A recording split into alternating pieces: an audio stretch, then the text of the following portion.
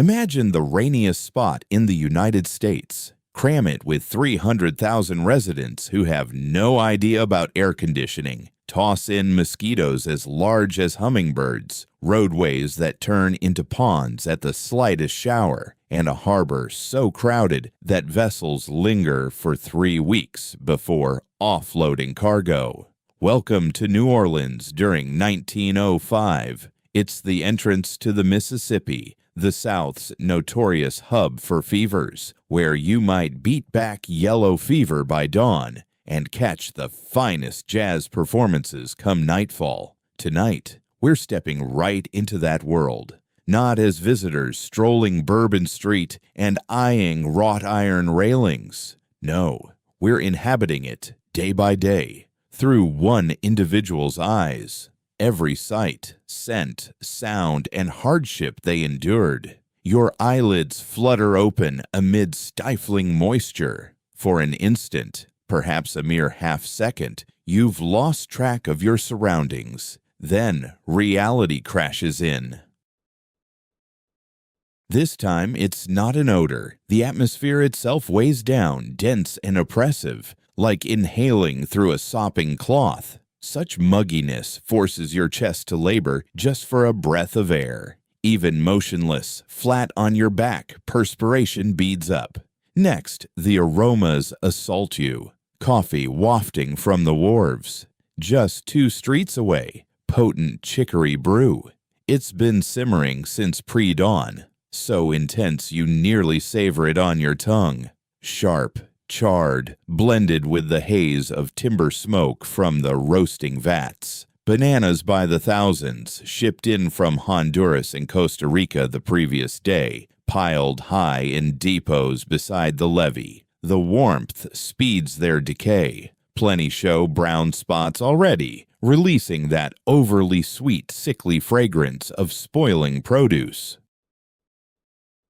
Fish, but not the fresh catch. Stale stuff from yesterday or the day prior, festering in the ditches since the cleanup teams can't match the onslaught. This stench fuses with pooled rainwater, equine waste, yielding a signature New Orleans reek that lingers endlessly. Beneath everything, the Mississippi River asserts itself. You detect it from Magazine Street, a couple blocks from the water. The earthy muck, sediment, and sharp bite of factory runoff drifting down from St. Louis, Memphis, and Cairo. All the debris from upriver converges here, plus perspiration. Yours included, and everyone else's. The bedding under you feels clammy. More than that, drenched. You've barely shifted through the night, yet your frame has seeped moisture into the flimsy fabric. That's August's grip on New Orleans. It drains you dry. Greetings to New Orleans, August 15th, 1905. You're sprawled on a skimpy mattress in a rooming house along Magazine Street, quartered with 2 fellow lodgers. The space measures scarcely 10 feet across. 3 metal-framed cots squeezed in, with barely a foot separating them. A single pane that seals poorly. No netting. Bugs buzz in and out freely, leaving their itchy souvenirs on your skin. Your limbs bear the evidence. Inflamed bumps that torment without cease. You are Frank Hebert, 22 years young, who landed here 9 months back from a rural plot near Toledo. Pockets holding precisely $12 and a referral note to Mr. Jules Beaumont, proprietor of Beaumont and Sons Cotton Factors. Folks back home warn that New Orleans either builds fortunes or claims lives. The latter warning rang true. Chimes toll from churches. Not a lone steeple, but many. St. Louis Cathedral rings nearest, its trio of towers piercing the skyline from nearly every corner of the French Quarter, summoning worshippers for morning service. Those peals have paced this town since the Spanish restored the cathedral, following the 1788 blaze. That's 117 years of identical chimes, those familiar pitches resounding over unchanging avenues. Your great-great-grandparent could have caught the very same echoes, yet other noises interweave with the bells, layering above and below, threading throughout. Paddle wheel horns blare from the waterway, the profound, woeful toots that announce comings and goings. 3 quick bursts signal a vessel departing the pier. A pair of sustained ones seek clearance to tie up. It's the dialect of trade, voiced in vapor and clamor. Craft from Liverpool, Hamburg, and Havana all vie for space along the embankment. Today, at least 5 distinct horns pierce the air. A hectic morning at the docks. A trolley rattles by on Magazine Street. The St. Charles route overflows with commuters bound cityward. These powered trolleys are recent arrivals. The final mule-pulled ones vanished just 3 years prior, in 1902. They dub it advancement. The electrical versions zip along, stay tidier, spare the roads heaps of droppings, though they roar more fiercely. The bell's sharp ring, the grind of steel rims against rails, the drone of the power units, a fresh racket for a fresh era, and chatter, endless chatter. The town never quiets. Down on the street beneath your window, a fruit seller's already at it, hawking in a thick French lilt that's tough to make out. Fresh figs, figures. Miss, care for a fig. Belle fig. 2 doors over, Italian voices clash in a heated spate, likely the Vaccaro brothers again. Every dawn brings their squabbles. Who forgot to unlock the store? Who haggled over prices? Whose job it is to haggle with the landlady? Their words tumble in swift Italian rhythms, almost melodic despite the fury. At the corner, Irish dockhands cluster, gearing up for the morning lineup at the wharves. Their talk carries over, gruff, booming, laced with heavy accents, recapping the prior day's haul, sizing up honest bosses versus those who skim on cargo scales. Speculating on today's jobs. Across the way, the Sicilian lads who run the produce racket eye them warily. Friction simmers there, as it always does. The Irish crave those pier gigs. The Sicilians guard their banana deals. Turf's sacred to all. Time to rise. Mr. Beaumont wants you in the office at 7 sharp, and with it clear on Canal Street. That's a 20-minute trek through humidity pushing 85 degrees. You'll arrive drenched, no doubt. The floorboards feel toasty against your bare soles. New Orleans wood never chills, even come January. The warmth seeps straight from the earth, from planks scorched by Gulf sun for generations. To your left, Emile, your bunkmate, and a night shift loader from Carencro, snores on in his cot. He hauls bananas off United Fruit vessels for 12-hour stretches, 6 days running, crashing till afternoon, stirring around 2, then off to the piers by 4. You've gotten the hang of tiptoeing past him. The opposite bunk sits vacant. Its last tenant. Name escapes you. Vanished 3 weeks back. Never returned from an evening out. His meager stuff lingered on the mattress for 7 days, till Mrs. Greco swept it away and listed the space for a fresh renter who hasn't arrived. She said nothing. No police report. No prying. Folks vanish here without a ripple. Yellow fever claims some, the Mississippi others. Debts or back alley stabbings off Girard Street take the rest. When it's merely another laborer gone quiet, best not to probe. The town's too vast, too frantic, too transient for one lost soul to matter. You dash basin water across your face. Tepid stuff. Warmth defines everything in this city. Overnight, it soaks up the chamber's heat in that pottery bowl, emerging at dawn just a hair cooler than body temp. tinged yellow and murky. It hails from the rooftop cistern, rainwater from yesterday's storm. Maintenance is meant to be routine, but Mrs. Greco skips the meant to part. You steer clear of sipping it when possible. Typhoid's ripping through the flats on Conti Street. 12 cases logged last month, 3 fatalities. Water's the culprit plain as day. Those cisterns harbor mosquitoes, trap grime, guano, sky-fallen debris. Stagnant pools nurture invisible perils. Safe drinking's fetched from the pump 6 blocks off, if you've got the patience for the queue. 20 or 30 minutes most days, bucket in hand, baking under the sun amid the crush for that communal iron spigot, feeding 3 blocks of slums and flops. Otherwise, the water wagon rolls by twice daily for 5 cents a pair of pails.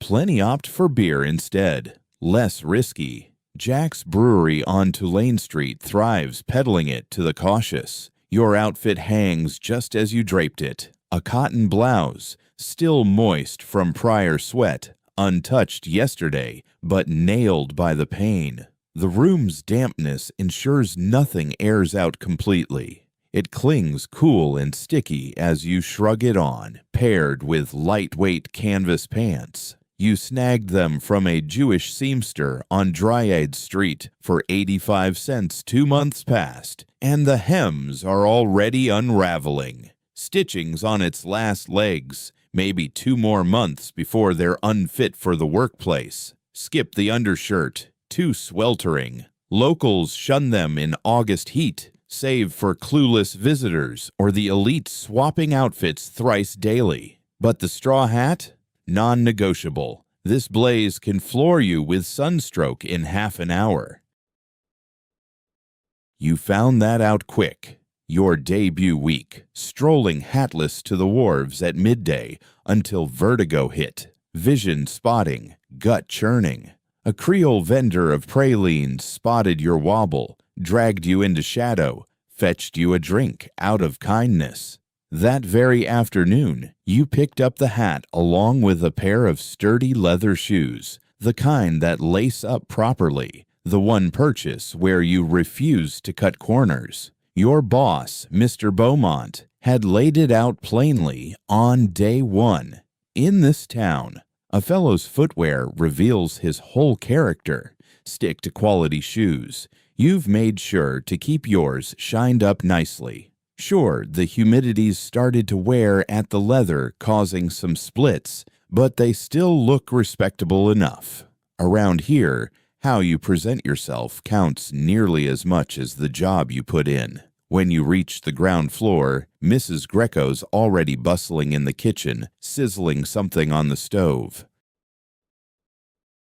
The aroma slams into you right at the foot of the stairs, thick and inescapable. It's onions, bell peppers, celery, the essential trio in Creole cuisine, all frying up in olive oil with a briny undertone. Shrimp, most likely. Being Sicilian, she seasons her dishes in that hearty Italian style, everything drenched in oil, loaded with garlic. Quote 1, she calls out, eyes fixed on the pan. Quote 2, she flicks her hand in a casual brush-off. To Mrs. Greco, turning down a meal feels like a direct slight, but by now she's accustomed to your habits. The other boarders, those doing heavy labor, they dig into her morning spreads. A couple of eggs, some toast, maybe grits if she's in a mood to go local. But you can't justify the additional 10 cents daily, not on a salary of $45 monthly. The place dates back to the 1870s. Or possibly before that. The floors pitch gently toward the road. You sense the slight lean with every step, like you're on the verge of tumbling ahead. Walls so flimsy you catch the neighbors' nightly spats drifting through. Flimsy enough to pick up on their reconciliations later as well. Up on the ceiling, dark blotches linger from the storm last month. Hurricane season stretches from June to November. It wasn't even a full-blown hurricane, merely a tropical disturbance that lingered over the city for 2 days, pouring down rain until roads became waterways and the ground levels of countless structures went underwater. The entire structure carries a lingering scent of steamed cabbage mixed with damp rot, odors soaked deep into the timber and walls across the years. You've grown oblivious to it. $3 weekly. That's Mrs. Greco's rate. $12 a month with an extra buck tacked on if you exceed 1 bath per week. Few tenants bother. The public baths on Rampart Street go for 15 cents, and at least the water there runs warm. Emerging onto Magazine Street, the atmosphere wraps around you like plunging into a tub of warm water. The sun's climbed high, piercing the daily morning mist that cloaks the city. It's barely 7 o'clock, yet the mercury's hovering at 86 or 87 degrees. Come midday, it'll climb to 95. By mid-afternoon, it'll nudge toward 100. August in New Orleans isn't built for people to live in comfortably. The avenue's buzzing already. As one of the key shopping strips paralleling the river for miles, Magazine Street serves as the hub for all sorts of business. Storage depots, taverns, small markets, and lodging houses pack in tight, forming an endless stretch of trade. A cart loaded with goods clatters by, drawn by a pair of mules that seem every bit as wretched as you do. Up top, a black driver sweats through his shirt, and the day's scarcely begun. His gaze skips past you. Yours does the same. That's the norm in this divided place. Segregation's been law since the Plessy versus Ferguson ruling 9 years back in 1896. The Supreme Court declared _3_ valid under the Constitution. These days, that means distinct streetcars, whites up front, colored folks in the rear, along with isolated schools, drinking fountains, and every other amenity. It's plain as day in your routine. The rear sections of the trolleys always pack tighter since black laborers must cram into those spots, and more of them commute to the Central District than whites do. The fountains for colored people stay filthier, more neglected. As for the schools, you've never stepped inside one for black children, but it's common knowledge they scrape by on skimpy budgets, outdated texts, and cast-off furniture. The boundaries are set firm. Folks know their places, yet the waterfront operates on another level. Down at the docks, it's a blend. Black stevedores alongside white ones, Italian produce sellers rubbing shoulders with Irish crew chiefs, all jumbled because labor ignores race. Cotton bales need stacking. Banana cargoes demand unloading. Vessels won't hold for anybody. You've trained yourself not to dwell on the inconsistencies. The city thrives on them after all. To reach Canal Street, your route grazes the fringe of the French Quarter. You could stick to Magazine all the way, but that'd pull you into the Irish Channel. And early mornings in the Irish Channel are best steered clear of when you can. Hangovers from last night's brawls leave too many dock workers staggering, hunting for fights or cash or whatever. Instead, you veer onto Conti Street, then swing toward Royal. Royal Street feels more subdued, steeped in history. The structures lining it are Spanish colonial relics, rising 2 or 3 stories with hidden patios tucked inside, out of sight from the roadway. The style stands apart from the buildings back in Thibodeau. Rather than wooden siding, the walls are smooth stucco, with ornate wrought iron balconies taking the place of simple verandas, and every window framed by shutters in weathered shades of green, blue, and yellow. The whole scene has a touch of faded grandeur, sophisticated yet time-worn, reminiscent of a once stunning lady now advanced in years. You go by a bakery, and the aroma halts you briefly. Warm loaves mingled with a sugary allure, likely those French-style beignets that every spot in the quarter whips up, rings of fried pastry dusted thick with powdered sugar. 3 of them go for 5 cents, but you're short on spare change. Your belly rumbles in protest. All you've had since last night's meal is that leftover scrap of bread for breakfast yesterday. Lunch will come eventually. Red beans and rice from the nearby vendor, 25 cents worth. Still, that's a solid 5 hours off. Turning the corner to Chartres Street, and suddenly, there it stands, St. Louis Cathedral. Each glimpse of it steals your breath anew. Its 3 pristine towers soar over Jackson Square, dazzling under the early sunlight. The main one stretches 230 feet skyward, a fact etched in your mind from some offhand remark, and it's capped by a clock you can spot from streets away.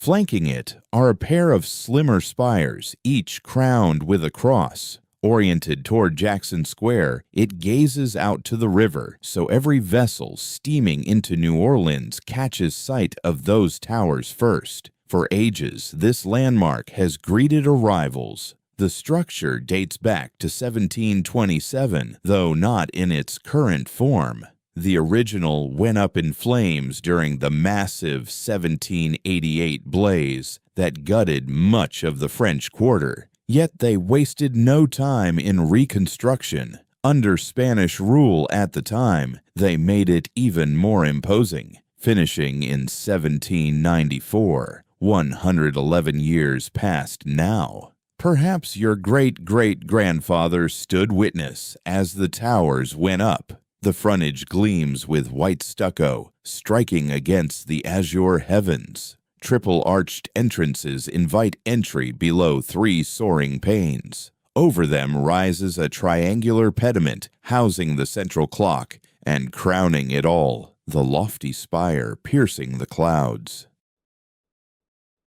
Symmetry defines the design. Each flank echoes the other precisely. Spanish colonial Baroque, as somebody once called it. Style you can't define, but it feels harmonious, deliberate. Today, sunlight slants across the facade, lending it an ethereal shimmer that forces you to narrow your eyes. Pigeons swirl around the peaks, perching on the rooftop's ironwork or circling the crosses.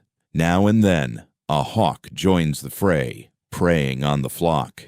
Even the avian life here in New Orleans plays rough. You linger, transfixed, a kid from Thibodaux, gawking at Louisiana's grandest house of worship, possibly the South's finest. As you take it in, the bells toll. 7 o'clock. Their peals cascade through Jackson Square, the French Market, the wharves, the entire sprawl, summoning worshippers to service. Mass isn't on your agenda today, though you ought to go. Your boss, Mr. Beaumont, is devout Catholic and might appreciate it, but the office door swings open at 7 and you're pushing the limit already. Still, you steal another half-minute just staring. This edifice has endured it all. Infernos, tempests, plagues of yellow fever, claiming countless lives. Even the Civil War, when Yankee forces seized the city in 1862 and turned the cathedral into their base. Through that indignity, it persisted. Today, it endures, steadfast, its chimes echoing prayers older than your forebears. That's worth pondering. Finally, you pull away, aiming for Canal Street. The towers fade behind the rooftops, but the bell's resonance lingers, drifting over the metropolis. On certain breezy dawns, they reach as far as Magazine Street. That parcel won't post on its own, nor will the cotton bales tally themselves. New Orleans marches on without pause. The blocks near Jackson Square teem with activity already. And by teeming, picture the raw pulse of 1905 New Orleans, not the polite jostle of today's throngs on a packed walkway. This is mayhem. This is raw existence. Consider the roadways first, a few bare cobblestone paving, those rounded pebbles from the river, laid tight but bumpy and treacherous in the damp.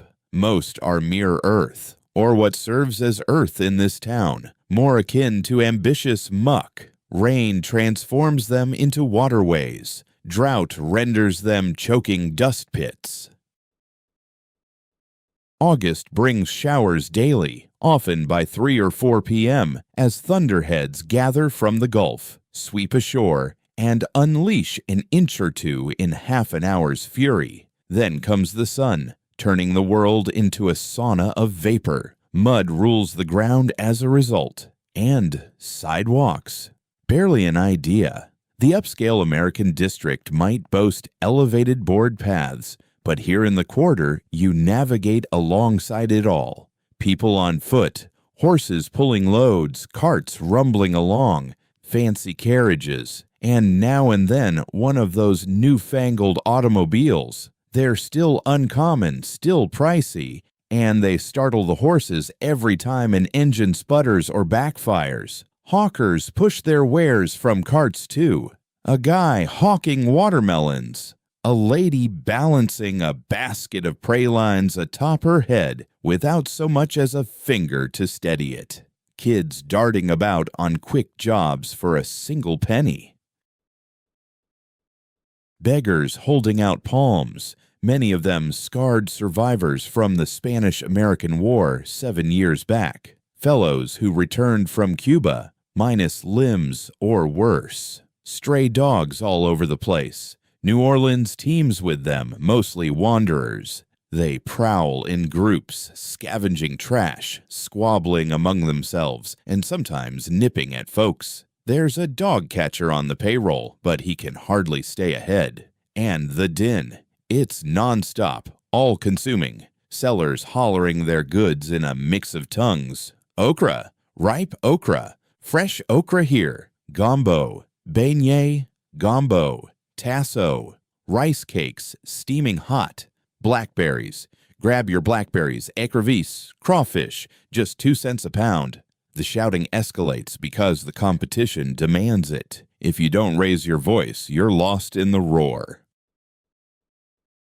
Layer on the rumble of wagon wheels over uneven stones, the steady trot of hooves, the jangle of trolley wheels along rails, the odd blare from an auto squeeze bulb horn emitting that absurd __4_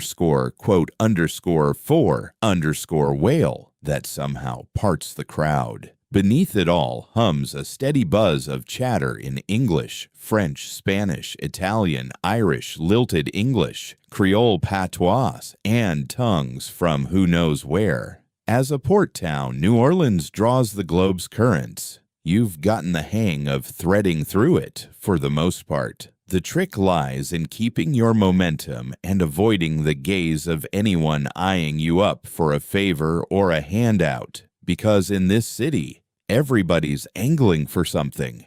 Take this moment. A woman sidles up with a basket of pralines. Pralines share, fine pralines. She's likely on the level. Praline hawkers blanket the French Quarter. It's a time-honored hustle, black women simmering pecans, sugar, and cream till it sets firm, then wrapping chunks in newsprint to peddle curbside. That said, pickpockets thrive too, one distracting a naive out-of-towner while the other swipes his billfold. Lucky for you, no billfold to nab. Your worldly goods are stashed at Mrs. Greco's or tucked in your pockets, which hold precisely 37 cents. Barely worth the bother. You give a quick headshake and press on. None. Mercy. She shifts to the next mark without a pause. Her call's already ringing out to someone else by the time you've taken 5 paces. That's the pulse of New Orleans, perpetual motion toward the next prospect. A kid streaks by, around 6. shoeless and grimy, likely on an errand. Plenty of households dispatch their young ones to scrape together coins. Deliveries for a cent, hauling parcels for 2. Any task a child that age can manage. You've spotted even tinier tots at it. 5-year-olds buffing shoes, 4-year-olds flogging papers. It's just how things are. Kids don't get much of a breather here. Labor's the norm for all. The swelter's intensifying, wafting up from the stones and bouncing off walls. The sun climbs, scorching away the dawn mist. Your shirt clings damply already, and it's been a mere 10 minutes on your feet. You'll arrive at Canal Street drenched to the bone. Canal Street, pure pandemonium refined to perfection. It marks the split between the French Quarter and the American District, the ancient heart and the upstart sprawl, the long-standing Creole families and the post-1803 Louisiana Purchase arrivals who carved out their own enclave adjoining it. The thoroughfare spans 170 feet across, the broadest in town, more avenue than road. Oaks flank the edges, casting dappled shadows that offer no real relief from the bake. If anything, the branches snare the warmth below, brewing stagnant, oppressive bubbles. Central tracks snake down the center for the streetcars. The canal line stretches from river to Metairie Ridge, ferrying hordes daily. At present, 3 cars dot the view. One bound riverward, crammed full. Another outbound, even tighter. A third halted mid-lane as the conductor squabbles with a fareless passenger. Conductor's white, the offender black. No happy outcome there. You stride onward. Flanking the boulevard, structures climb 3 or 4 floors, chiefly commercial. This is the nerve center of New Orleans commerce. Banks, insurers, traders in imports and exports, shippers, cotton brokers. The whole financial tide surges via offices along or close to Canal. Beaumont Sons claims the 3rd level of a corner edifice at Canal and Camp. A plain red brick affair rising 4 stories, accented by wrought iron balconies on the 2nd and 3rd tiers. Nothing extravagant. The brick facade bears dark smudges from chimney fumes. The window frames fit poorly, allowing drafts to seep in through visible cracks. Still, the spot couldn't be better situated. You ascend the staircase, no lift available, with your footsteps resounding on the wooden treads.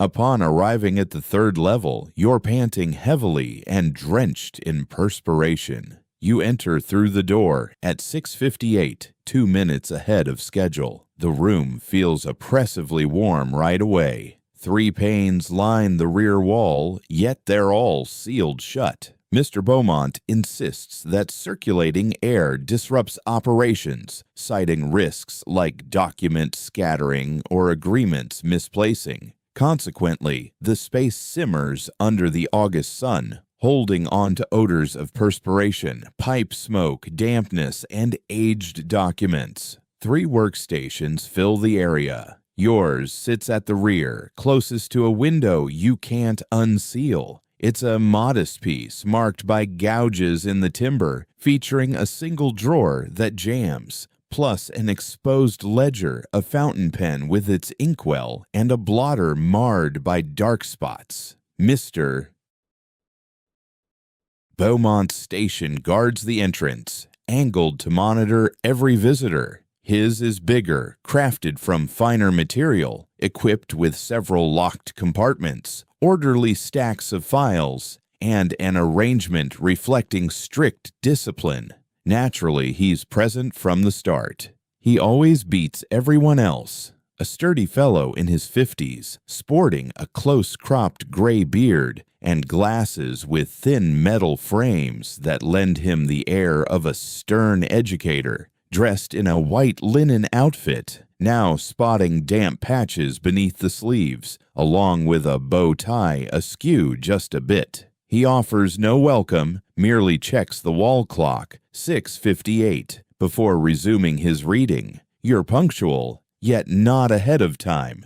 In Mr. Beaumont's view, anything short of early signals a personal shortcoming. The remaining desk is for Mr.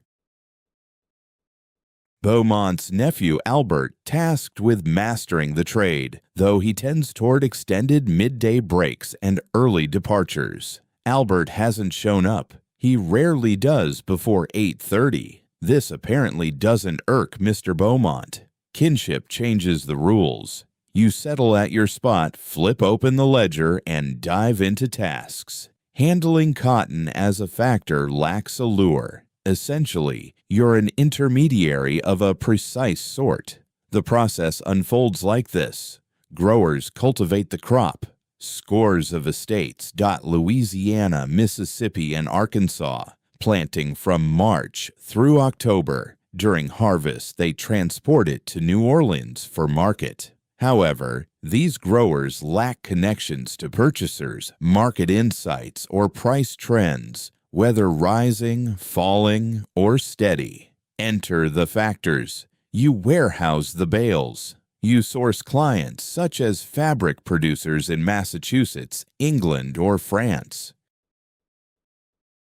You manage transport, securing vessel capacity, securing coverage, navigating duties. You provide loans too, since many growers carry debts and require funds prior to any sales. In exchange, you claim a cut, typically 6% of the transaction value, divided among storage charges, mediation fees, and loan interest. High prices yield profits. Low ones mean scraping by. For 1905, rates hover in the middle, not booming, not dismal. In New Orleans, it's around 10 cents per pound. A 500-pound bale fetches roughly $50.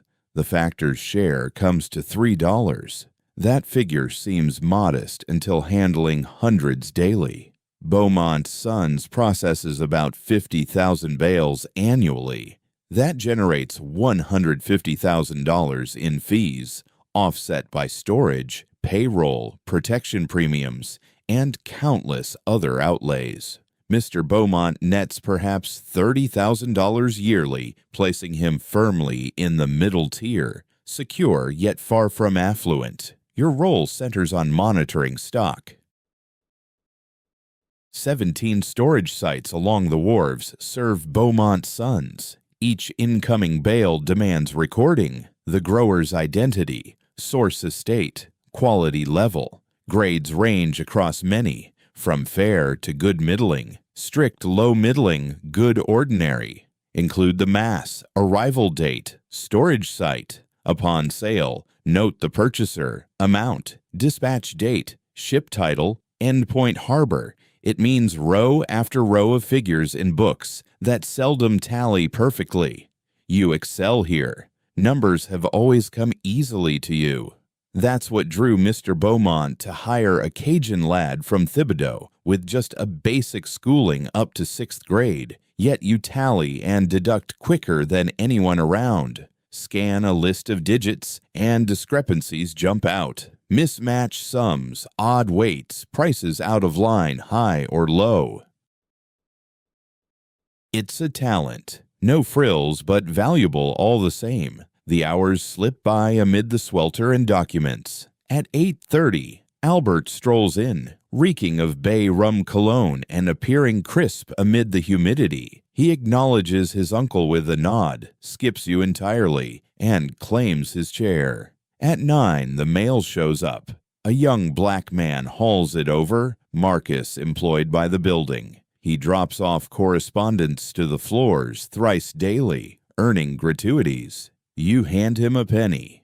Albert doesn't tip him at all. Mr. Beaumont, however, slips the guy a nickel. Inside the mail are shipping manifests from vessels that docked the day before, along with letters from purchasers up in New York, and a wire from a Natchez grower inquiring about the sale date for his cotton.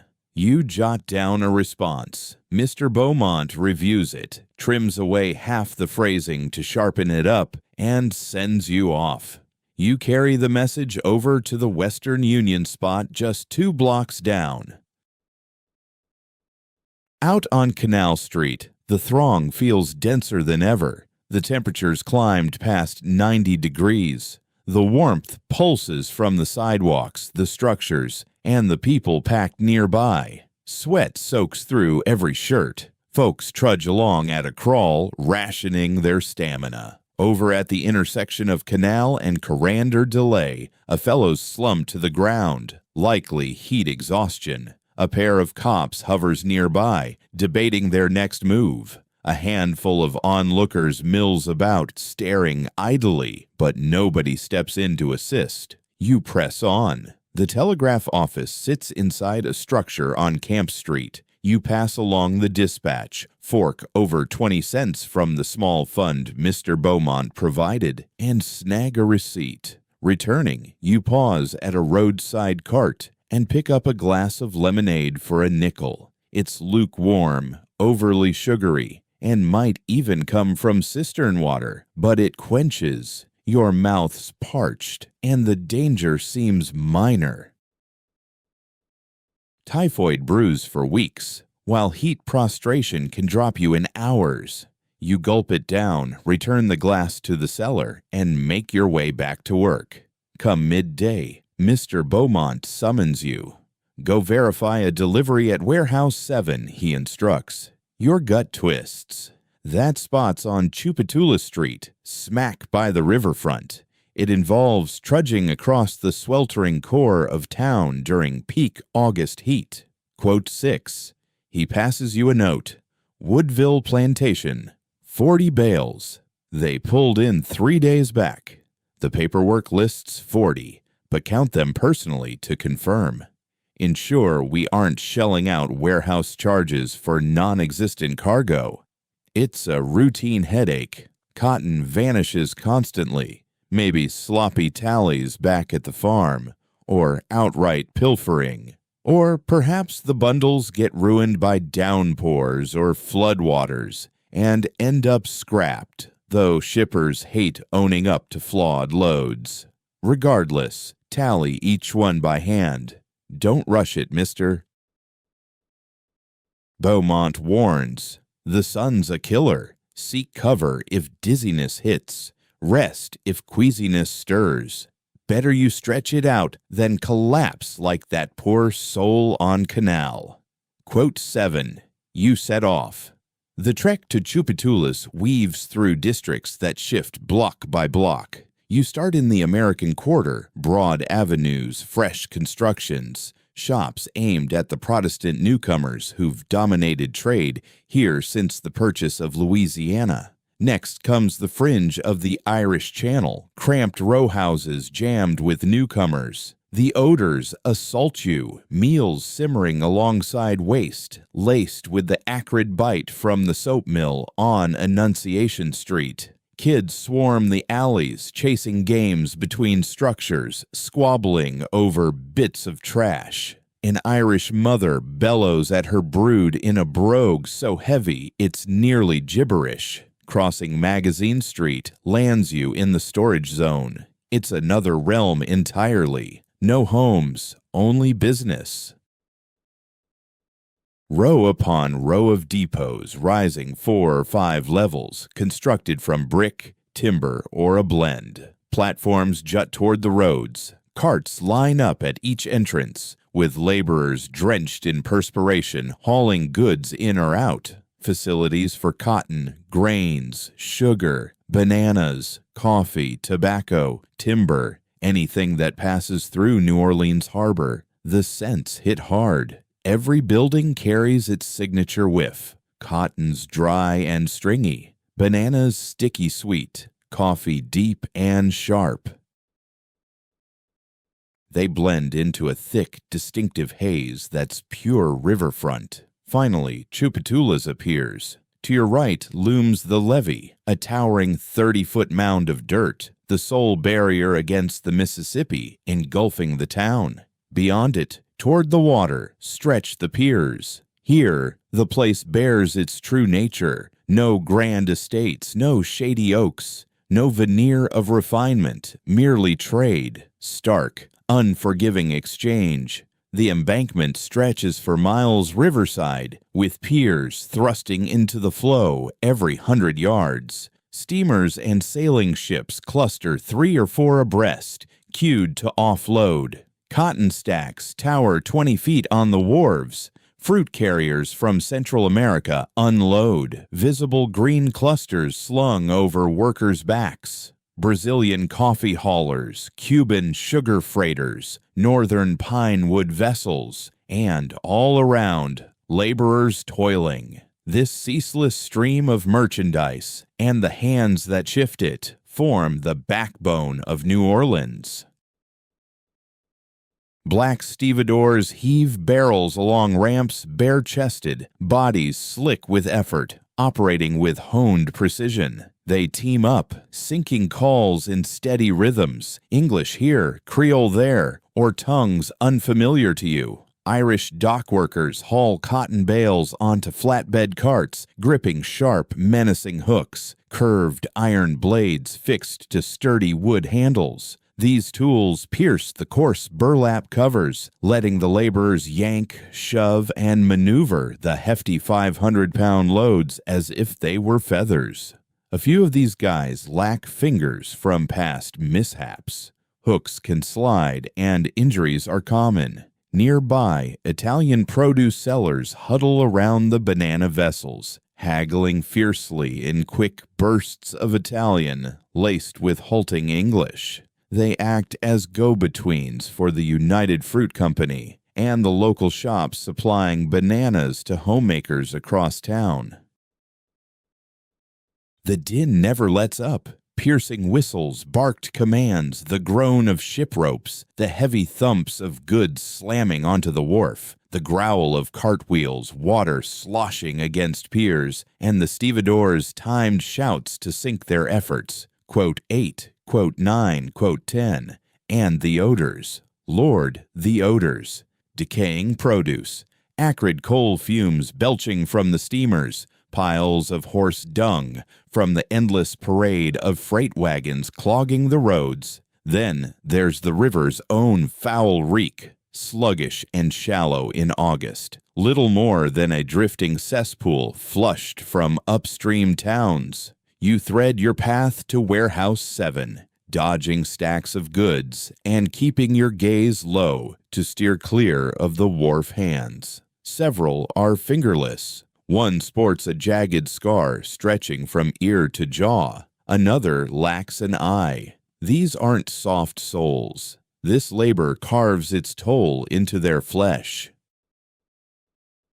The warehouse boss, Callahan, is likely Irish, pushing 40, ruddy-cheeked with trunk-like arms and a gut hinting at post-shift tavern hours. He lounges in the doorway's shadow, puffing on a cigar while eyeing his crew. Quote 11, he mutters, eyes fixed elsewhere. Quote 12, Frank Hebert replies. Quote 13, he grunts and rifles through sheets on his clipboard. Quote 14, inside the warehouse, shadows dominate. No windows, only faint rays seeping through wall cracks and the entry behind you.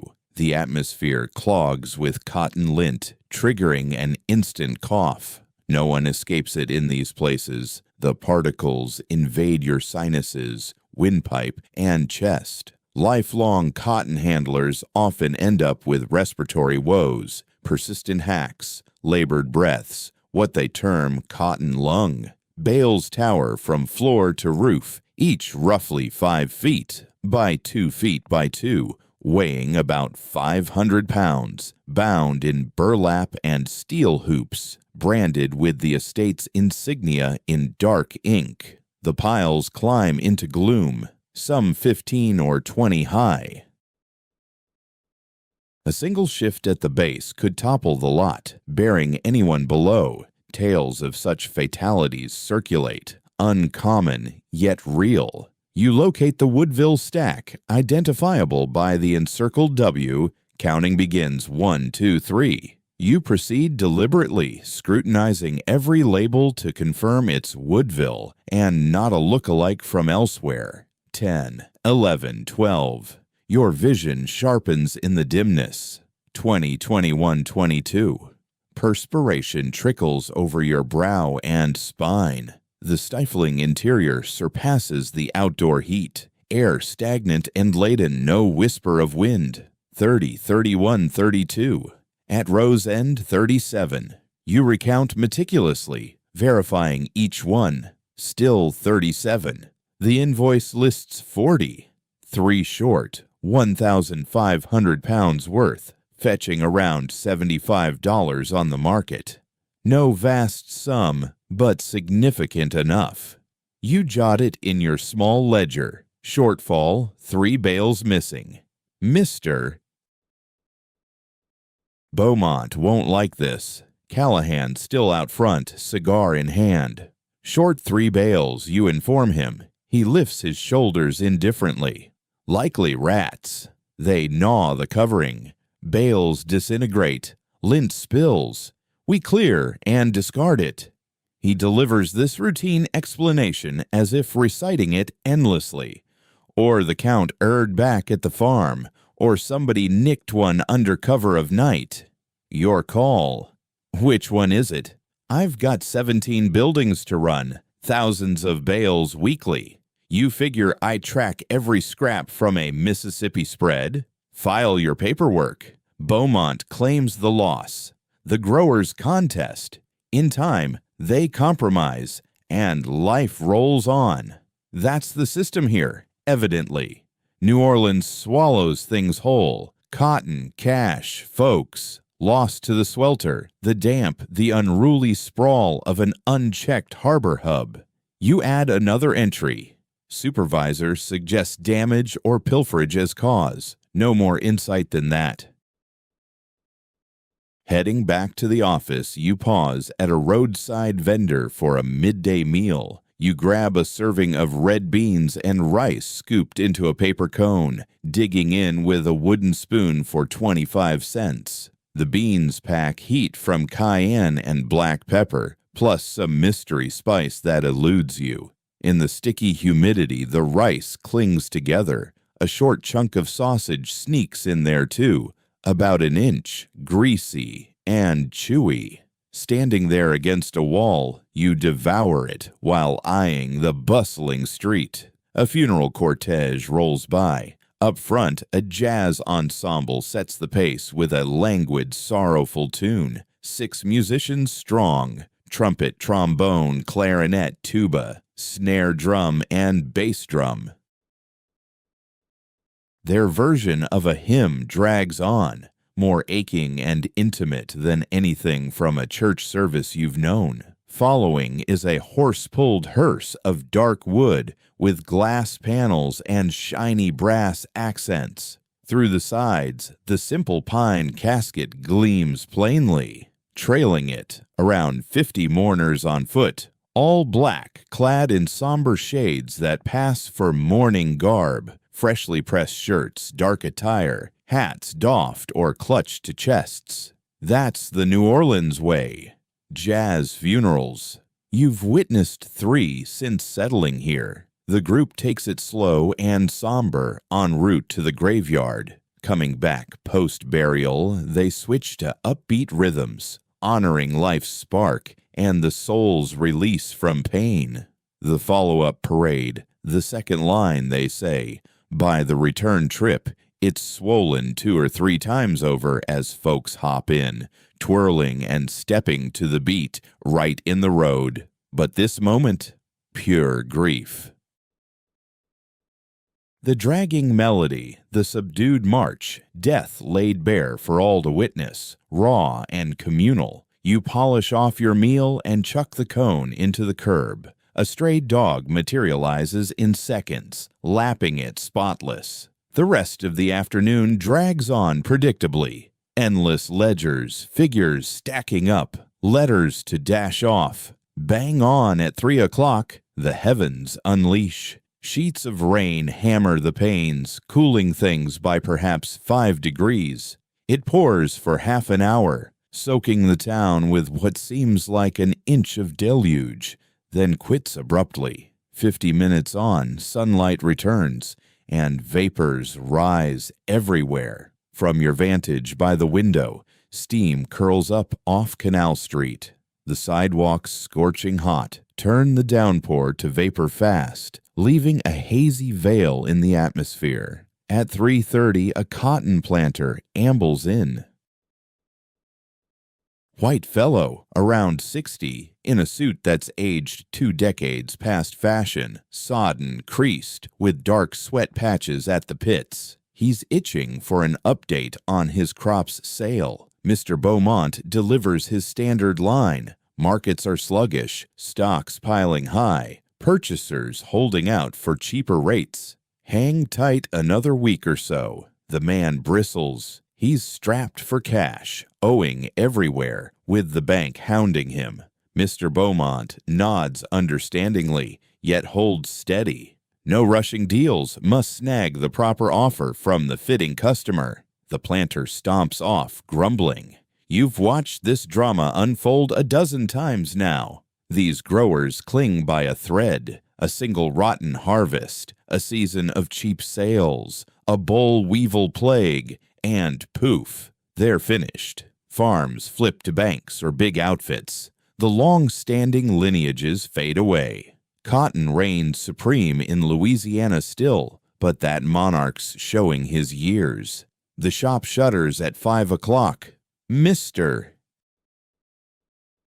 Beaumont exits ahead, as usual, hat on, cane in hand, no goodbyes. Albert bolts 2 minutes later, scarcely pausing till his uncle's out of sight. You wrap the final tallies, secure the ledgers in the safe, seal the windows that stayed shut all day anyway. When you emerge onto Canal Street once more, the sun dips low, though the swelter lingers on.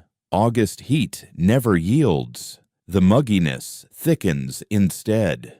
A streetcar could whisk you to Magazine Street for a nickel, but lunch ran a quarter, lemonade another nickel, the Western Union gratuity a penny, and Friday's payday, so legs it is.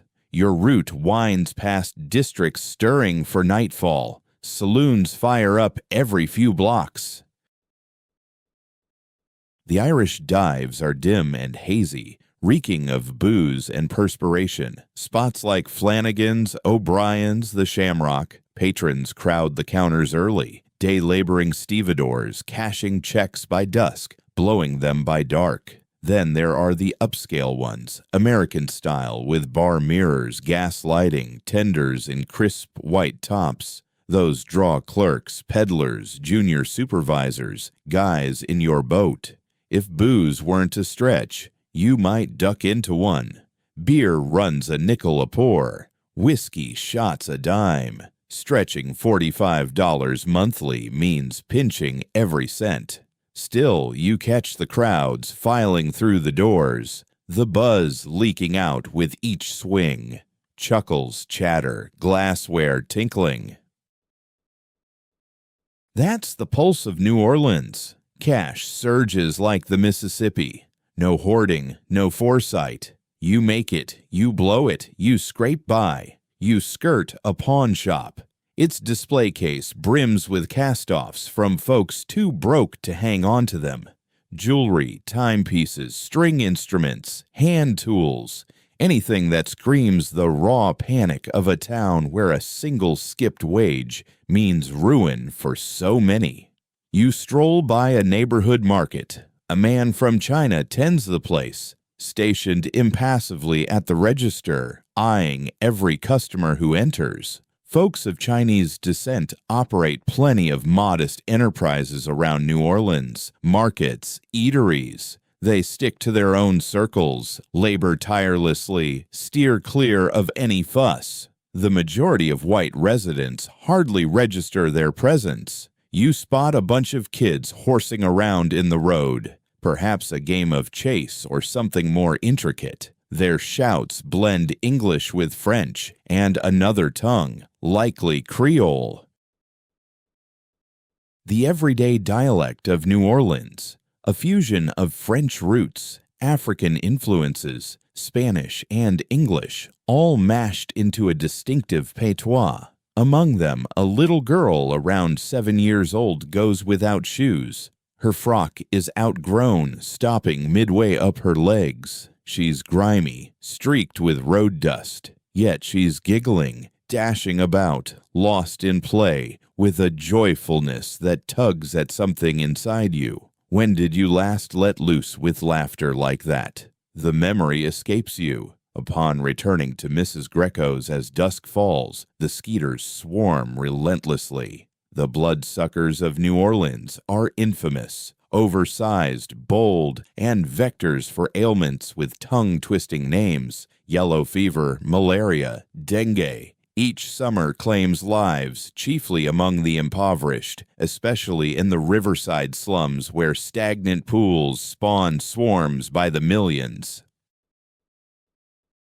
Officials promise to clear the marshes, lay down sewage lines, introduce up-to-date hygiene measures, but progress crawls. For now, residents simply endure the onslaught. You slap at one on your forearm, it smears crimson. Yours, or from another victim. Impossible to tell. In this city, mosquitoes don't merely nip, they gorge themselves. Welts dot your limbs, collar, calves, spine. A few have festered into angry red spots with pale pus heads, tender to the press. It's universal, summer's unwelcome badge. Dinner awaits. Mrs. Greco's prepared red gravy, what her Italian kin dubs Sunday sauce, despite it being midweek. Hours of slow cooking meld tomatoes, garlic, and pork links until the meat shreds effortlessly. It drapes over noodles boiled to a yielding softness, since Mrs. Greco scoffs at the notion of firm bites. You dine alongside the fellow lodgers. Emil's up now, prepping for his evening grind. He chows down robotically, packing away fuel sans savoring, all to sustain him through a dozen hours hauling banana loads. The spare bunk remains vacant. No one broaches the subject. A fresh face joins the table, a stranger to you. Around 40, gaunt, with jaundiced dentition and nicotine-tinged digits. He offers no introduction, no words at all. He just consumes quietly, then departs. Talk is minimal. Exhaustion and swelter sap any energy for chatter. You bolt down your portion without much flavor perception, merely stoking the belly. The links are greasy and chewy. The strands dissolve into paste. Still, the gravy shines. Mrs. Greco's specialty, laced with garlic, ripe tomatoes, and a mystery spice eluding your guess. You keep at it till satisfaction sets in, a rarity compared to leaner repasts. Post-meal, you linger on the porch stoop, hoping for any whisper of air current. None materializes. The atmosphere hangs motionless, utterly becalmed. Moisture clings so densely it seems visible. The avenue has hushed. Muffled talks float from unshuttered panes. Nearby, a cornet wheezes from a couple doors over, rough execution but brimming with zeal. The melody's unfamiliar, proto-jazz, or whatever qualifies as such in 1905. This auditory tapestry defines nocturnal New Orleans. Tunes permeate the air, not solely in the upscale Basin Street venues, where whites flock to savor black performed __quote _18 _ sounds for their own delight, but spilling from rooming houses, dive taverns, gospel choirs, belting hymns in Baptist sanctuaries, Creole ballrooms twirling to quadrilles, and Storyville cat houses where ivories hammer out ragtime till dawn. Rhythm pulses through the city's veins. You perch there perhaps 30 minutes, absorbing the cornet's dogged repeats of one stubborn riff, flubbed repeatedly, yet pursued without surrender. At last, the stifling warmth chases you indoors. By 9, you're upstairs again, flat on your mattress, eyes fixed on the plaster above. The space bakes like a kiln, sashes flung wide, yet only stagnant warmth bears down, heavy as sodden wool. You sprawl atop the coverlet, not beneath. No fabric could be born in such inferno. Torso bare, trousers stay put, honoring misses. Greco's decree against undergarments in communal quarters. Perspiration trickles along your brow, collects in your collarbone dip. Emile rustles about, packing for the wharf. He treads softly to avoid rousing the others, though each floorboard groan pierces the quiet. Quote 19 you murmur. Quote 20. Quote 21 comes his hushed reply. The latch clicks shut. The echo of his steps trails off down the staircase. Now it's just you and the quiet churn of your mind.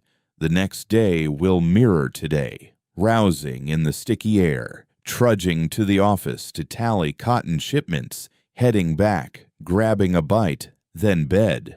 This routine defines your days now, far from the dreams that pulled you from Thibodeau 9 months back.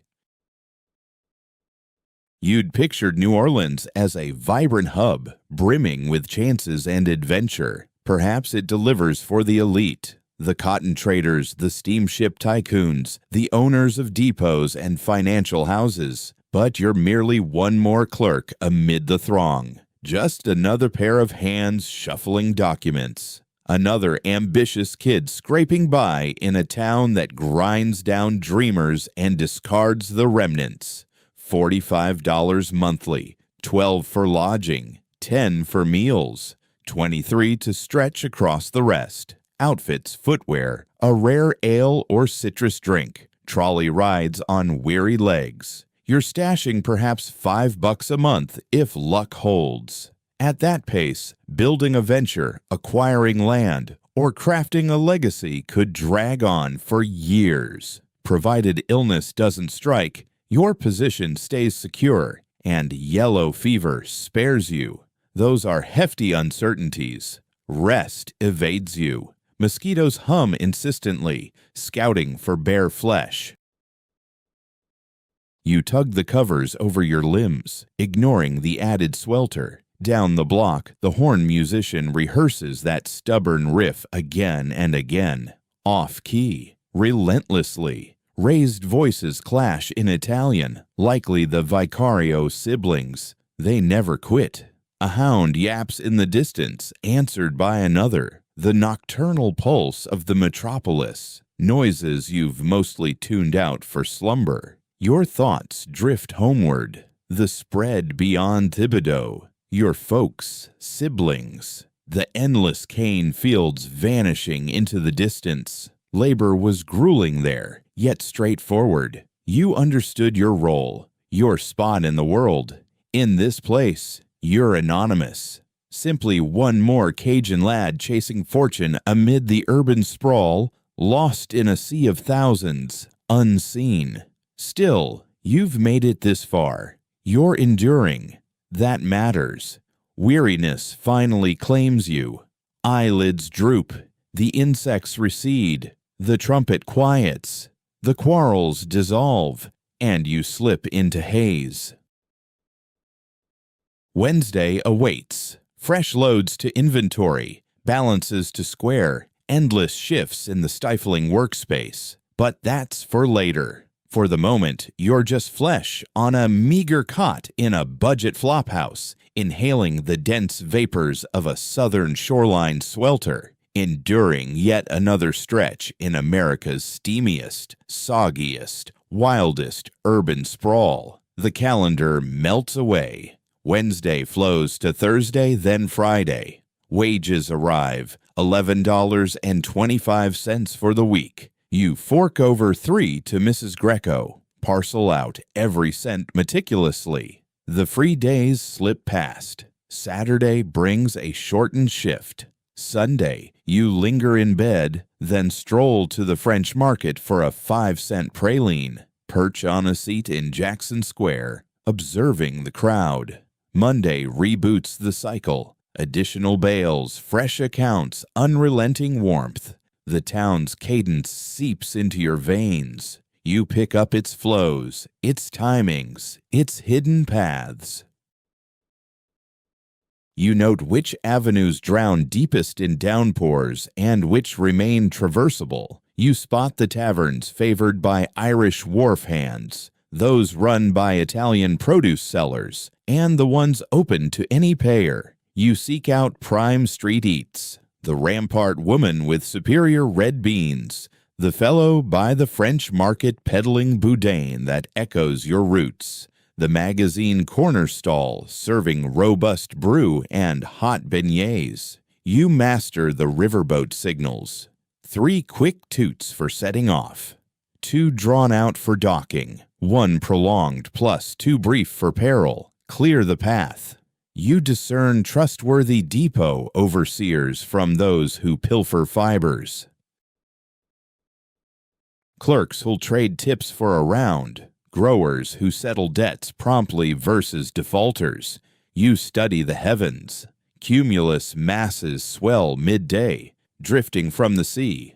Dark undersides foretell a downpour. Fluffy whites hint at light mist. Tinged yellow-green signals brewing tempest. Perhaps a fiercer blow. Storm months span June to November. New Orleanians scan the firmament, then with vigilance. September arrives. The blaze persists. Folks claim it's more brutal than August. The mugginess intensifies. The bugs grow bolder. The evening showers drag on.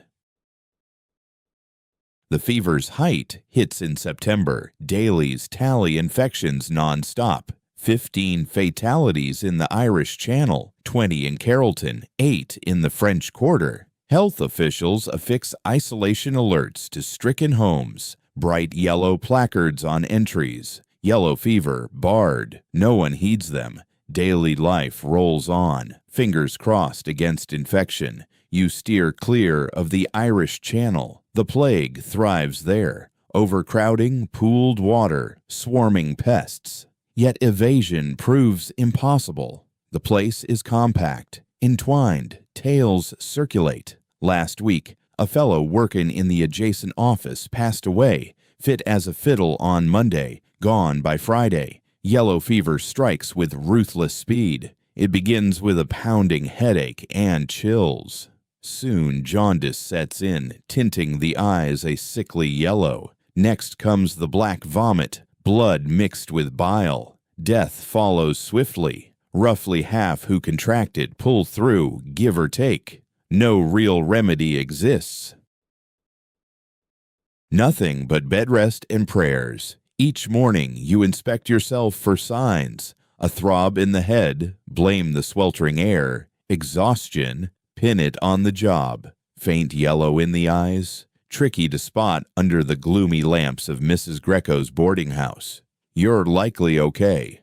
Most likely. Late one September evening, you return to Mrs. Greco's place and discover Emile sprawled on his bed. Clock reads 5 o'clock. He ought to be prepping for his evening shift, but there he is, atop the blankets, drenched in sweat and shaking, despite the oppressive heat in the room. Emile mal de tête, he mumbles. Headache. Your gut twists. How long has it been? Since morning. You touch his brow. It's scorching. Quote 24. She glances at him, makes the sign of the cross. Quote 25, she declares, yellow fever. No doctor summoned. They offer no help regardless, and their fees are beyond what Emile can spare. Instead, she fetches cool water, damp cloths for his forehead, a splash of whiskey to ease the agony. Together, you shift him to another space, a cramped storage area downstairs, isolated from the other boarders, a makeshift quarantine. For 3 days, Emile endures in there, drenched and trembling, retching now and then into a pail. You slip in during breaks to refill his water, dispose of the foul contents, and push away thoughts of what yellowing eyes would signal. By day 4, the fever eases. On the 5th, he's propped up, nibbling bread softened in weak soup. Day 6, frail, but breathing. He joins the survivors. Misses. Greco torches his linens, sheets, coverlet, pillowcase, the lot in a blaze out back. Wasteful or not, since the disease lingers in fabrics and no one dares tempt fate. Emile resumes his duties the following week, down 10 pounds, steps deliberate but heart still beating. You dodge the illness yourself. No clue as to why. Pure chance.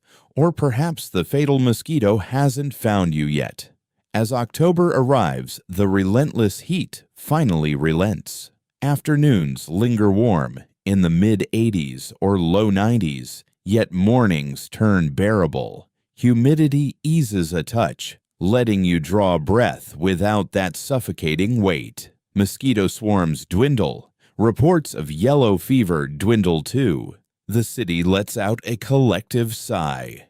You've made it through your initial New Orleans summer. A feat worth noting. Plenty can't claim the same. Mid-October Sunday, you board a streetcar bound for Lake Pontchartrain. Fellow clerks at Beaumont and Sons have raved about it as the ideal Sunday retreat from urban chaos. Bathhouses, eateries, fishing piers, clean breezes, vast waters, relief from the bake and bustle and constant clamor. The fare's a dime, journey about 45 minutes. The car bulges with folks in their finest Sunday garb, off for family outings. Kids buzz with thrill, noses glued to glass, fingers jabbing at sights. You squeeze into a rear seat, sandwiched between a hefty lady clutching a market basket and a gentleman absorbed in a French language paper. The route hugs Canal Street clear to the lake, traversing districts that gradually loosen their grip. Fewer bricks, more sprawl. At last, structures fade, revealing wetlands flanking the tracks. Stagnant pools blanketed in lily pads and reeds. Cypresses draped in ghostly Spanish moss. That's the foundation beneath New Orleans. Reclaim bog, forever encroaching to reclaim its own. The scent shifts nearing the water, fainter rot and coal fumes, stronger tang of brine, silt, and expanse. The trolley halts at the West End station, flush against the lakeshore. You disembark into another realm. Lake Pontchartrain sprawls immense. You'd heard tales of its scale, but witnessing it hits different. It vanishes into the distance, no opposite bank in view. More sea than lake, with swells, currents, gales sweeping in oceanic fury. 40 miles across, as someone once mentioned, 600 square miles of liquid vastness. The shoreline buzzes with pavilions, bathhouses, cafes, dance pavilions, angling docks, all cantilevered over the waves on timber supports coated in white or soft azure, faded by relentless sun and spray. Crowds of families dot the scene. Dads in rolled sleeves, brims pushed back, puffing on stogies, moms in airy frocks, parasols veiling their skin. Little ones dash about, giggling, slurping melting cones that drip quicker than they can lap. This captures a New Orleans Sabbath, folks fleeing the streets for any whisper of wind, any stretch of freedom. You stroll along a pier. Planks are aged and polished, glossy by generations of tread. Slats gape just wide enough to glimpse the depths beneath, opaque green, sloshing at the posts. Out on the pier's tip, a few fellows are angling, mostly elders perched on crates or camp stools, rods dipping into the lake, murmuring softly or staying silent, perfectly at ease with their pursuit. You linger there, observing. One, a fellow with silver-white whiskers, hooks a catch. Perhaps a channel cat, around 2 pounds. He lifts it high, inspects closely, frees the barb, then tosses it into the pail beside him. First visit to this spot? He inquires, spotting your gaze. Indeed, sir. What's your hometown? Thibodeau. Country lad, huh? He states it plainly, no criticism implied, just observation. You hold a job in town, cotton broker on Canal Street. He dips his head in acknowledgement. Tough labor. Sure is, sir. Still, the lake's a fine retreat. Beats the urban clamor, cleaner atmosphere. Water's decent for a dip if the fish don't bother you. He threads fresh bait onto his line, chunk of uncooked shrimp, and flings it out again. You remain a bit longer, gazing at the surface, sensing the lake's gentle gusts, not forceful, but steady, crisp, and reviving. Worlds apart from magazine streets' stagnant haze. No wonder folks flock here. You stroll the water's edge a while, beyond the changing sheds where bathers slip into swimsuits and splash in, yelping from the chill. Beyond eateries with clans gathered at patio seats, digging into crispy catfish and sipping brews. Beyond the pavilion where musicians jam away. The lively tune, likely ragtime, floats across the waves. Dancers sway within, glimpsed via the wide-open panes. You pause at a vendor cart, grabbing a po' boy of battered oysters for 15 cents. Caught fresh at dawn, no doubt, dredged in cornmeal, tucked into baguette with briny pickles and fiery sauce. Devoured right there on your feet, eyes on the lake, savoring the saline tang, oily crunch, subtle brininess. Finest bite in a month. You claim a seat on a nearby bench, settling in to simply observe. A paddle wheeler chugs across the expanse. Its funnel belches smoke. Wheel thrashes foam. Bound for the opposite bank, maybe Mandeville or Covington. Quiet hamlets beyond the water, ideal for extended getaways from city life. Dusk begins to fall. The lake's sheen shifts to amber, then fiery hues. Groups gather their things, corralling kids toward the trolley halt. Time for you to head out too. Final ride to town departs at 6, and missing it spells trouble. Yet you delay a touch more, soaking in the calm. Exactly the respite you craved. Evidence that New Orleans offers beyond swelter, mugginess, and the monotonous tally of cotton stacks. Open expanses, pure breaths, room to exhale. You tuck the moment deep in your thoughts. A talisman for enduring the coming blasts of 90-degree scorchers and airless evenings. The return trolley rides emptier. Exhausted clans slump. Youngsters doze against moms and dads. You take a window perch, eyeing the urban sprawl draw near. Structures loom taller, lanes squeeze tighter, atmosphere clings heavier. Canal Street greets you under nightfall. Lamps flicker alive. Electric glows, still a wonder. They beam stark pallor onto the walks, rendering all sharp and factory-like. You trek home to Mrs. Greco's under cover of shadows, noting routine sights. The block market, the bar, the adult store, all unchanged from your departure. Yet you're altered, unburdened somehow, as if the lakeside hours rinsed away a layer. Dawn brings fresh bales, fresh ledgers, fresh furnace. But that's for later. For now, a satisfying weariness settles in, from strides and breezes and sun, not from strain and sweat. You ascend to your quarters, stretch out on the sparse bedding, and drift off swiftly. 3 weeks on, a Thursday dawn in November stirs you with an unfamiliar noise. Gusts. Unlike the typical sea puff, these howl fiercer, relentless. The sort that groans walls, clatters blinds, bows branches. You bolt upright. Dimmer than dawn ought to be. Sunrise lags, window light muted to slate, smothered by heavy overcast. Emil's up, peering from the pane at the road below. Storm, he murmurs low. Hurricane, dread knots your gut. Season spans June to November. Common knowledge. All track the heavens those months. Scan for omens. Inky banks rising southeast. Gales veering east. Gauge falling. It presses your skull, your nostrils. Throb in your temples. And now, season's close in November. It strikes. You dress in haste. Descend. Mrs. Greco hustles in the galley quicker than ever. Hurry. She's yanking cookware from racks, dumping in water. Pumps fail once the blow intensifies, she explains.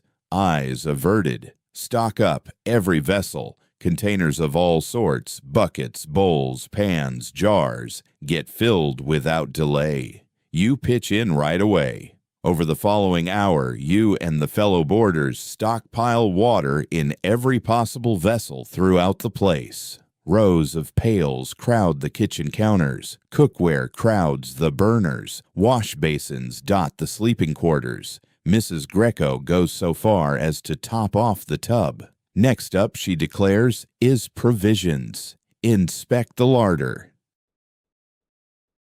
What's there that requires no preparation? Loaves of bread, wedges of cheese, links of cured meat, tins of preserves, jars of tomatoes, beans, and fruit. Haul it all to the upper level, she instructs. Should the ground floor go under, we'll want sustenance up here. Should the ground floor go under, the phrase lingers unspoken. New Orleans lies beneath sea level in many spots after all. The French Quarter perches on marginally elevated terrain. The Mississippi's ancient natural barrier has built up over millennia, yet much of the urban sprawl hugs the depths. River overflows get contained by the barriers. But a tempest like this leaves the deluge with no escape. The 1893 gale claimed 2,000 lives. The barriers gave way. The metropolis submerged, corpses drifting along the avenues. The 1896 blow proved less devastating, yet devastating nonetheless. Hundreds perished. And here, in 1905, comes yet another. By 9 o'clock, gusts are wailing fiercely. They shriek past the building's edges, clattering the blinds, yanking at the shingles. Precipitation hammers in relentless curtains. No mere droplets, but broad barriers of liquid hurled horizontally by the gale. Trams have halted on the tracks. The thoroughfares stand deserted. Folks hunker down indoors, braced for what's coming. Mr. Beaumont dispatched a message the day before. The workplace shuts down today. Remain indoors, keep secure. Thus, you're confined to Mrs. Greco's residence alongside 6 other fellows as the tempest ravages the town. You settle in the parlor on the upper story, Mrs. Greco's private lounge, usually restricted, though she's opened it to the group since it's sturdier than the separate chambers. Blinds seal the panes, secured from within, yet impacts thud against them. Bits of rubbish, limbs from trees, slates from roofs, some metallic object banging on the panels. Emile murmurs prayers in French under his breath. Mrs. Greco occupies her armchair, her fingers working the beads of her rosary. The rest of the boarders sit mute, on edge, ears attuned to the chaos. The racket is staggering. The blasts don't merely gust, they thunder, an unending, overpowering din that swallows all other sounds. Beneath it, rumble snaps and thuds from objects splintering and toppling. Louvers ripped from facades, trunks wrenched from soil, placards stripped from structures. At 10:30, the electricity fails. The house relies on gas fixtures, not wires, but the lamps on the roads ran on current, and those wink out now. The space dims further, illuminated solely by the muted glow slipping past the slats. Mrs. Greco ignites tapers. Their glows dance in the breezes sneaking through the aged structure's fissures. By 11 o'clock, moisture begins trickling beneath the entrance, a thin trickle at the outset, a shadowy streak creeping over the planks, building steadily. Mrs. Greco jams rags along the threshold to no avail. The influx persists. Is the barrier failing? A voice ventures. No, Mrs. Greco replies with conviction. Merely downpour, merely roadways awash. This dwelling's endured harsher trials. Yet her tone strains. Everyone knows the tales. Abodes that crumbled in the 1893 onslaught.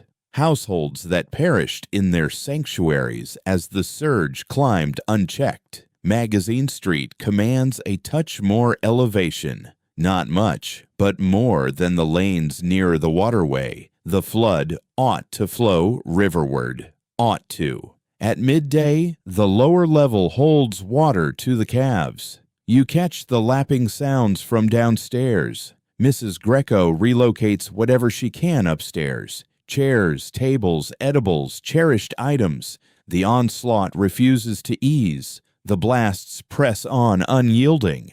The downpour pounds unending. The fractures and collapses echo on. Structures yielding, elements tumbling. The metropolis dismantled fragment by fragment. A boarder proposes venturing out to survey the havoc. Absolutely not, Mrs. Greco snaps. Step into that maelstrom and you're done for. Gusts will floor you. Flying wreckage will strike you dead. Currents will carry you off. We remain sheltered, thus you will too. The hours drag amid clamor, strain, and rising tides. At 2 o'clock, a section of the eaves rips away.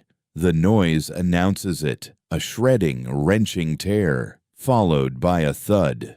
Precipitation cascades into the corridor above. Mrs. Greco and the residents rush to shift items from the passage, squeezing people and possessions into the lounges. Your current space feels crammed. 7 souls plus furnishings, pails of water, stores of rations jammed into a roughly 12-foot enclosure. At 3 o'clock, a tremendous force slams the edifice. The framework quivers. Chunks of stucco drop from overhead.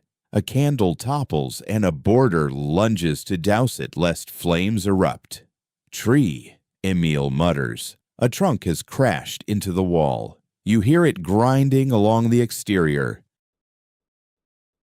Boughs raking the siding. At 4 o'clock, the gales shift course. The alteration starts faint, but it registers. The keen through the seams alters its tone. The force pressing on the shutters eases up. Mrs. Greco declares the storm's direction has shifted, and the fiercest part is moving on.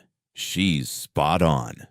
In the following hour, the gusts start to die down bit by bit. They don't quit entirely, still whipping fiercely, but the furious roar has faded. The downpour eases too, not dramatically, yet noticeably. Around 5 o'clock, sounds of voices drift in from the street. Folks nearby are reaching out, assessing the wreckage. Mrs. Greco peeks out by easing the shutters open. The road looks alien, flooded ankle-deep in murky water, about 2 feet in places, cluttered with wreckage. Snapped limbs from trees, shattered roof slates, chunks of structures, even a lifeless dog bobbing by. Homes stand battered, minus roofs, sections of walls, or coverings.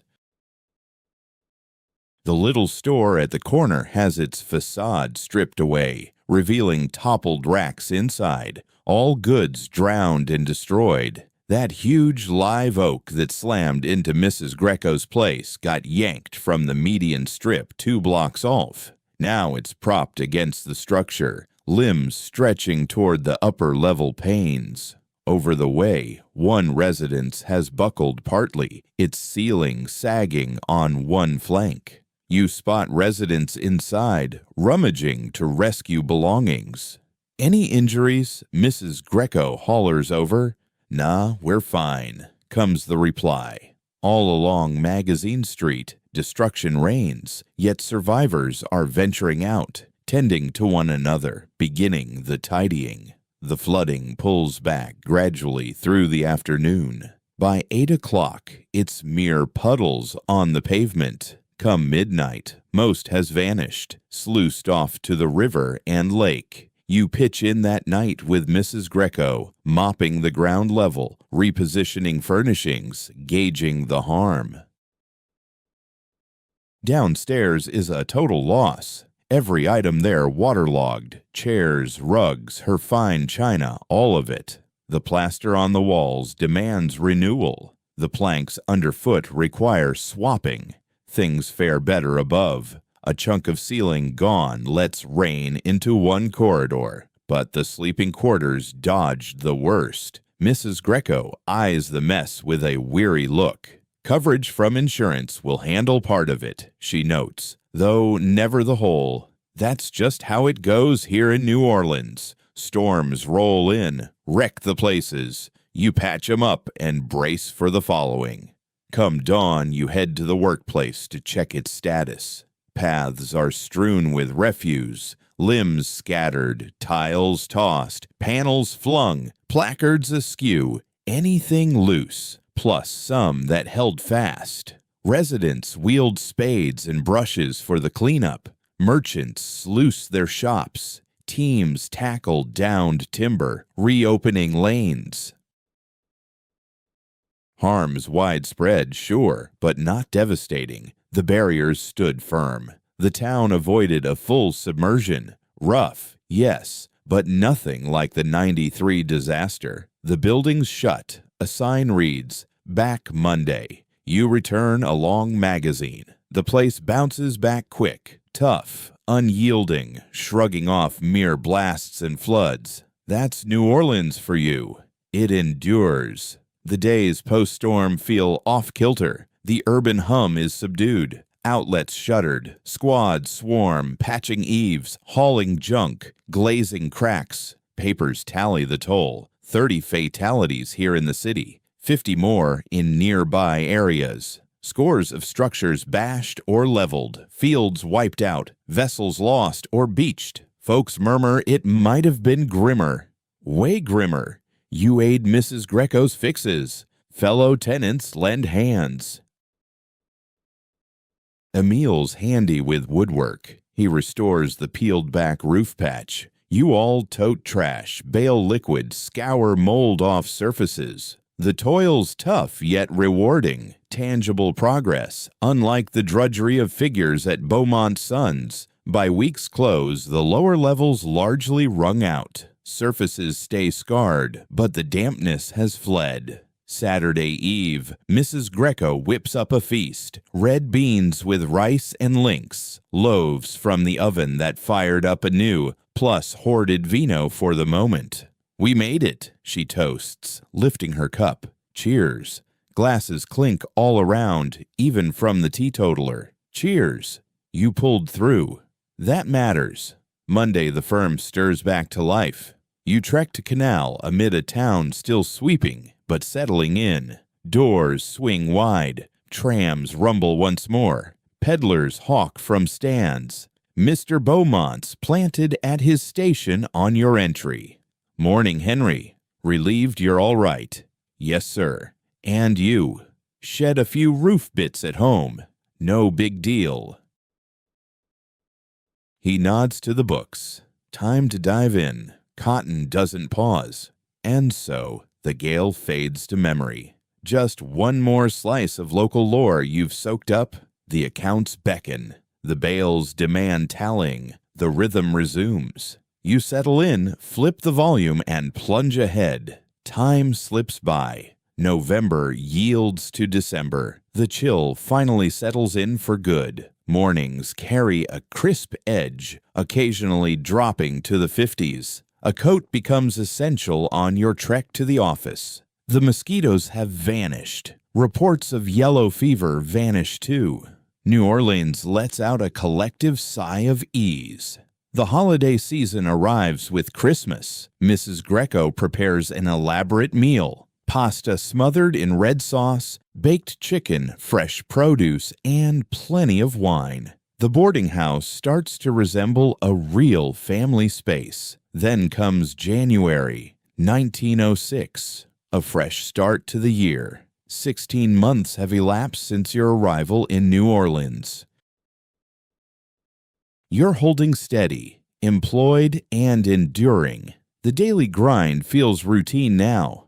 That stroll to Canal Street each dawn, the stacks of ledgers, the storage facilities, the never-ending tally of cotton bundles, the return journey along paths etched in your mind. You've learned the prime spots for street eats from reliable sellers, the taverns best left alone, the roads that turn into ponds during downpours, the cadence of riverboat horns, the timetables for trolleys, the habits of those midday showers. They're all second nature. You're starting to blend into the fabric of New Orleans.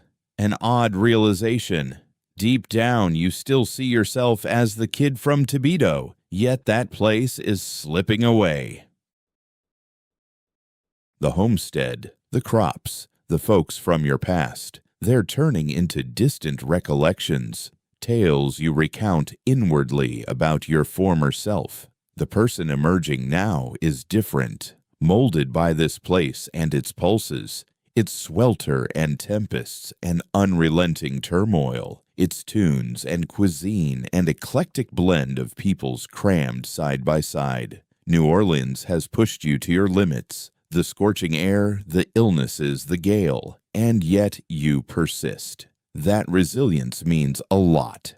One still evening toward the end of January, with the store shuttered and dinner cleared away, you settle on the porch steps of Mrs. Greco's place, observing as twilight claims the avenue. The lamplighters patrol with their extendable rods, igniting the gas lamps sequentially. They spill golden glows across Magazine Street, carving out little havens against the night. The bustle of daylight softens into nocturnal murmurs. Faint strains from a bar a couple of blocks away, a cornet being rehearsed nearby. This one's sharper than the previous musician, whoever he might be. A mother's voice summoning her kids indoors. A hound's sharp yaps. The breeze holds a genuine chill.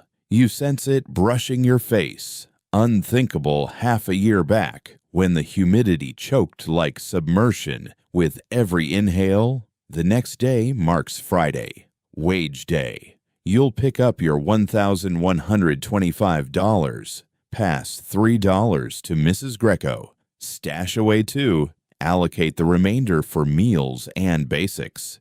The pattern endures. The perpetual loop of labor, recovery, labor once more. But this evening, exhaustion feels earned. The sort earned from steady effort all day. The sort that signals you're pressing on, unbroken. Your mind wanders to the folks who've crossed your path. Mr. Beaumont, with his meticulous accounts and rigid order. Mrs. Greco, her signature red sauce and unyielding spirit.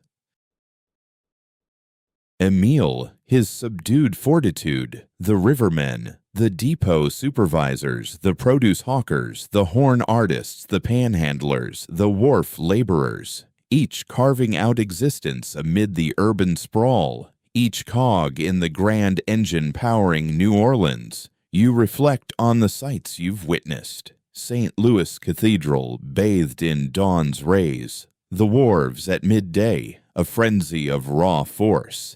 Lake Pontchartrain during a Sunday outing, serene and tidy. The storm ripping apart the town, only for it to rise from the wreckage. This metropolis holds it all, every sort of soul, every mode of living, every mood of sky. It crushes some into dust. Through sickness like yellow fever, sun exhaustion, want, the tireless fight. Yet it forges anew as well, tunes, dishes, bonds among strangers, a fierce determination against ruin from plague or gales or hardship. You're woven into that tapestry these days, not prominently, merely another clerk, one more laborer scraping by, but present, enduring. It carries weight. That same night, you ascend to your quarters. The loft up top feels brisk now, verging on chilly. Your exhales show in the flicker of the candle. Emile's tucked under covers, breathing steadily in sleep. The extra cot hosts someone fresh, a laborer from the docks hailing from Lafayette who showed up a week ago. His name escapes you still. He toils after dark, rests by daylight, like vessels gliding past. You strip to your underlayer and slip under the sheets. The bedding's sparse, the cover coarse, the cushion uneven. Still, it's your spot, or close enough, at $3 weekly. You draw the cover to your neck and gaze upward at the beams. Urban echoes seep past the barriers. Remote melodies chatter, a canine's call, the rattle of a trolley along Magazine Street. New Orleans doesn't ever truly pause. Motion lingers somewhere. Labor persists. Deals unfold in the gloom. Though the frenzy ebbs, the wild daytime vigor eases into a tamer hum, nearly tranquil. Your lids droop. The labor of hours has weighed you down. Dawn brings fresh bales, fresh entries, fresh figures, the ceaseless cycle that fuels the bustle of urban trade. Yet that's for the future. At this instant, you're sufficiently warm, nourished, and secure. A sturdy roof shields you, one that weathered a fierce storm. Steady employment provides your income. Acquaintances would miss you if you vanished. In New Orleans, that's a luxury many lack. It's adequate. The candle perched on the sill sputters. Its flame twirls, wavers, then holds firm. You gaze at it briefly, that modest glow defying the surrounding shadows. Then your eyelids droop. Slumber beckons to envelop you. The next day will arrive before long. Yet another shift in this vibrant city, another trek to Canal Street, another cycle of cotton records and accounts, the perpetual calculations of business. But tonight, only this exists. The gentle embrace of repose, the hush of the chamber, the rhythmic breaths of your fellow occupants, the faint pulse of a metropolis that pulses on without pause. The young arrival from Toledo, 16 months back, the one startled by every clamor, bewildered at each turn, convinced this place would either forge his fortune or end him. That youth lingers within, but he no longer leads. In his stead, a transformed self commands, one adept at enduring the swelter of August, one familiar with the flooding thoroughfares, the understocked storage houses, the trustworthy sellers of produce, one who fits seamlessly into this exact time and space. You're warm enough, fed enough, safe enough. Duties await tomorrow and the one beyond, and the endless succession of days ahead, too expansive to grasp, too brimming with potential to dismiss. The horizon looms as obscure as the chamber's gloom, as unpredictable as the sudden tempests from the Gulf. But this past year has taught you resilience. You've discovered your capacity to adapt. The scorching air, once deemed insufferable, now feels endurable. The turmoil, once paralyzing, now yields paths through it. The urban sprawl, once bent on your ruin, now edges toward familiarity, almost like belonging. New Orleans offers no tender welcome, yet it claims you as its own. The city's clamor softens, or perhaps your attention wanes. The line between alertness and dreams dissolves, as it does in profound fatigue. When your form decrees wakefulness obsolete, beyond these walls New Orleans persists. Night guardians patrol their routes. Taverns cater to patrons. The waterway glides onward, bearing vessels, silt, and all from upriver to the Gulf. And you, Frank Hebert, clerk in the cotton trade, youth from Thibodeau, with ambitions still unnamed, you descend into oblivion. Dawn approaches swiftly, but presently only this: the stillness, the renewal, the unhurried slide toward slumber. Eras will unfold. The New Orleans of your era will evolve past all trace. The fiber market will wane. The harbor will advance.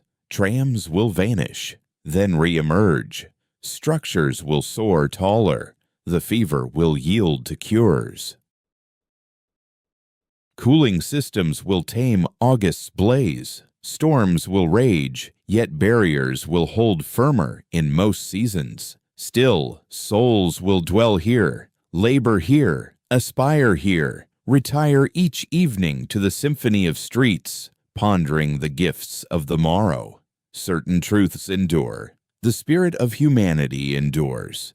The craving for respite after grueling hours, that persists unchanging. So yield to it. Allow slumber to seize you, as it did Frank Hebert in his loft on Magazine Street 119 years past. Permit the surroundings to dim.